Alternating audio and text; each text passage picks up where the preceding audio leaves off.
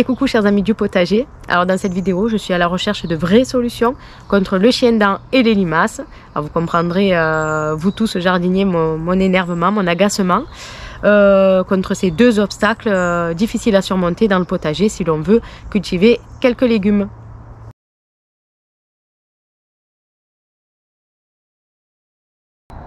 Alors tout d'abord parlons du chien-dent, cette herbe très envahissante et qui a le don de me mettre hors de moi.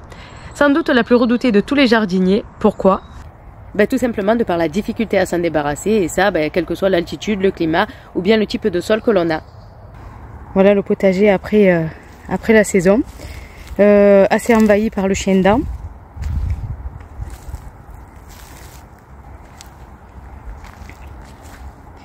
Il ne me reste plus qu'à tout nettoyer.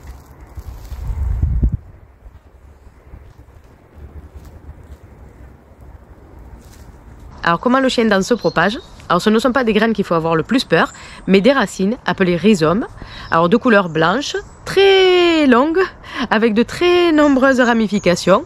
Voilà pourquoi, vous l'aurez compris, sa multiplication est ultra rapide.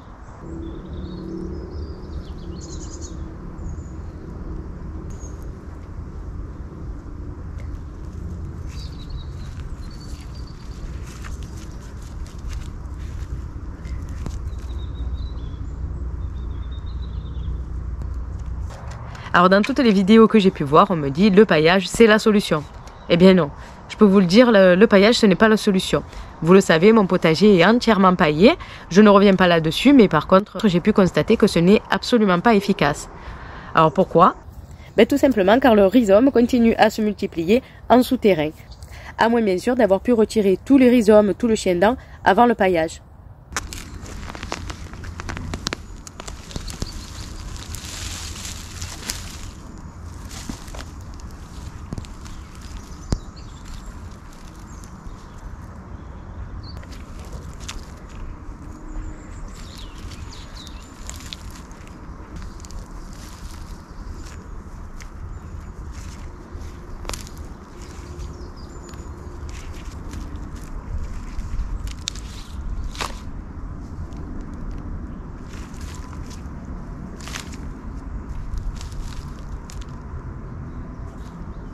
Et puis les engins comme les motoculteurs, alors mettez une croix dessus, la fraise va couper les rhizomes, et puis ça va les multiplier, les éparpiller, enfin tout ce que vous voudrez pas.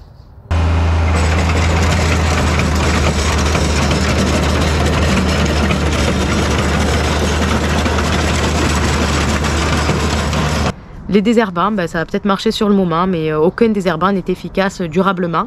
Donc le mieux c'est d'éviter de polluer notre terre inutilement. Alors vous allez me répondre, oui, alors la solution elle est où?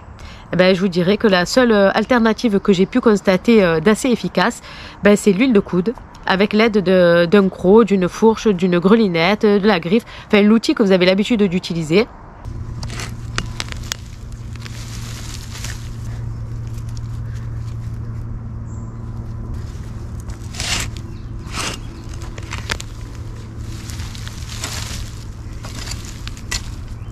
Alors afin tout simplement de retirer un maximum de rhizomes, il n'y a que comme ça que ça marche. Alors de préférence on le fera à l'automne avec une terre plus humide, moins compacte.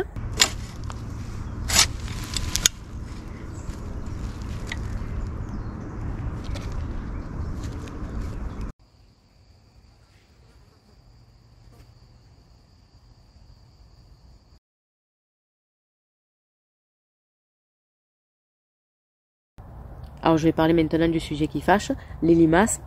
Alors pas toutes les limaces sont à proscrire, je suis d'accord avec vous. La limace léopard par exemple qui peut se nourrir de ses congénères, elles, nous sommes d'accord, je les laisse faire leur vie dans le potager. Par contre les autres limaces, et puis la pire, la testacelle blanche qui elle reste en souterrain et se nourrit de vers de terre, il faut faire quelque chose.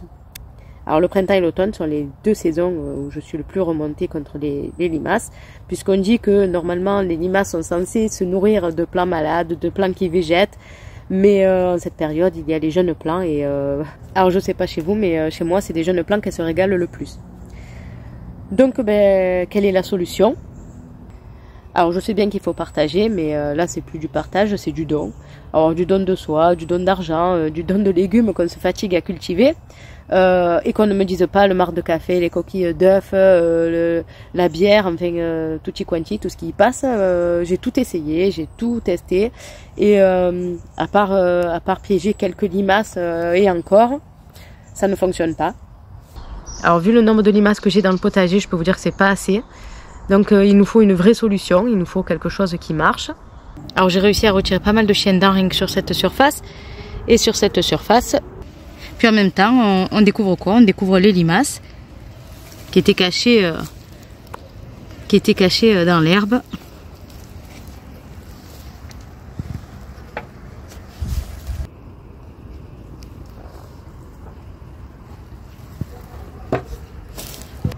Voilà.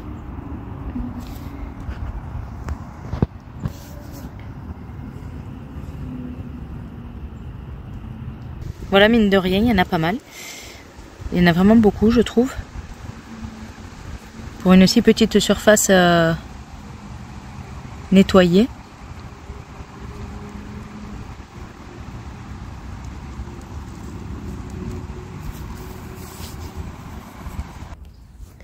Ben, de retourner à terre, ça permet de trouver les limaces.